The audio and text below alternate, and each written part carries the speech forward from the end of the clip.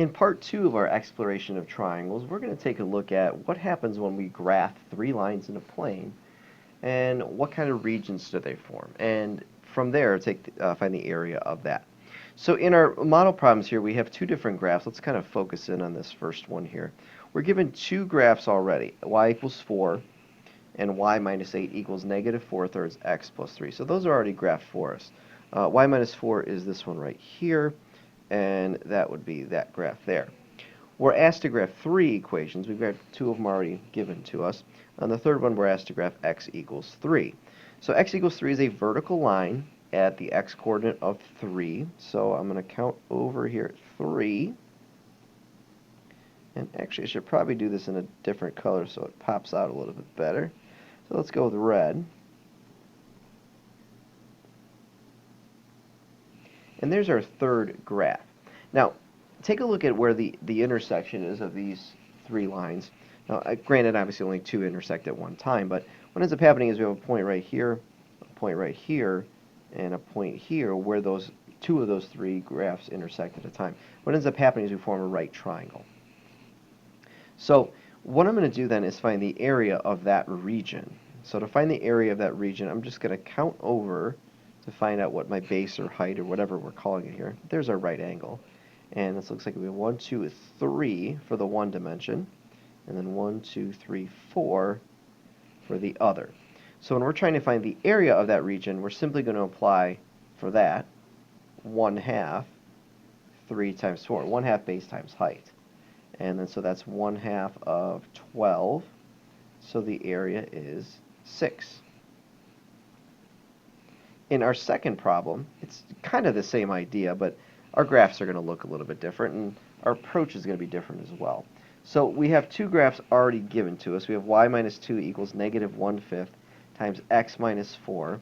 So that's this graph here. And we're also given the graph of y minus 2 equals 3 times the quantity x minus 4. That's that graph. So what we're going to do now is graph our other one. And to graph an equation in point-slope form, we want to find out what the coordinate of our starting point is going to be first, and then kind of go from there using our slope to find other points. So looking at my equation,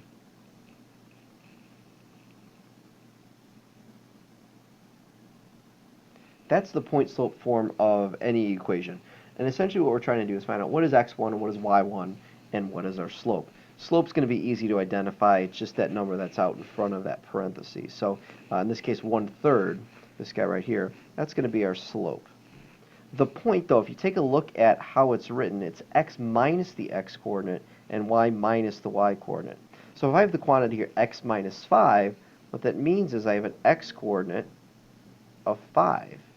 And the y-coordinates are the same thing, y minus 5. So that means y is 5. So my starting point then is 5, 5. So I go to 5 on the x and 5 on the y, and just so happens that it hits that graph, and that's good news for us. My slope of 1/3, generally what I would do is I would go up 1 and over to the right 3 because I'm dealing with a positive slope. But the challenge with that is what I want to have happen is I want this new line that we're going to create to intersect this line as well. So instead of going up and right, I'm going to do a vertical change of -1 and a horizontal change of -3. So I'm going to go down 1 and left 3. I'm not quite at that line yet, so I'm going to continue it one more time. Go down 1 and left 3. So now I have these 3 points. I'm going to connect them to create a line. I'm going to do my best to draw a fairly straight line. And it's pretty close. All right. So this is the triangle that we're dealing with right in here. Oh, grab the highlighter here. Better. Okay. So there's our triangle. We're going to try to find the area of that. Now it looks like we potentially might have a right angle here, but that's just too darn close for me to tell. And actually, I can use the slope to figure out that that's actually not going to be a right angle. Anyway, what we're going to do then is the process of encasement. So I'm going to draw a rectangle around this. I'm going to go with green this time. And I'm going to zoom in a little bit so we can see this a little bit better.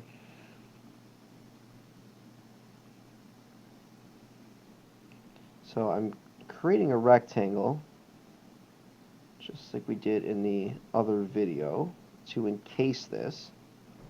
And so now I've got my rectangle takes up this triangle that we're trying to find, plus these other three, and we're not really going to use it, but we're going to use them to find the area, but they're not actually part of what we're trying to do. So let's see, the height of this rectangle is 1, 2, 3, and the width of the rectangle, 1, 2, 3, 4, 5, 6. So the area of the rectangle is going to be 6 times 3, which is 18. Then I'm going to take each of my triangles and find the area. So let's focus here on this one. This is a 1 dimension, and this is a 1, 2, 3, 4, 5. And we have a height of 1 and 2. So I have 3 triangles that I'm going to find the area of. This one is going to be 1 half of 1 times 3, so that should be 1.5. This one is going to be 1 half of 1 times 5, so 2.5.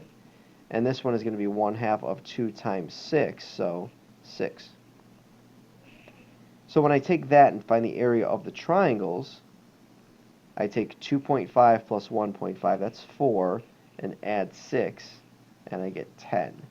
Now, what I'm trying to find, again, using the idea of encasement, is I take the rectangle, take away the triangles that we're not really going to find the area of, and that will give us the leftover for that shaded green triangle in there.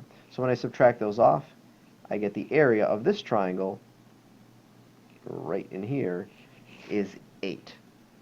So the difference between what we did with encasement is now we have to create that graph of that of those lines, find that region, and set up our rectangle to go from there. So not really very different from encasement, just that one additional step of now we have to graph the lines as well.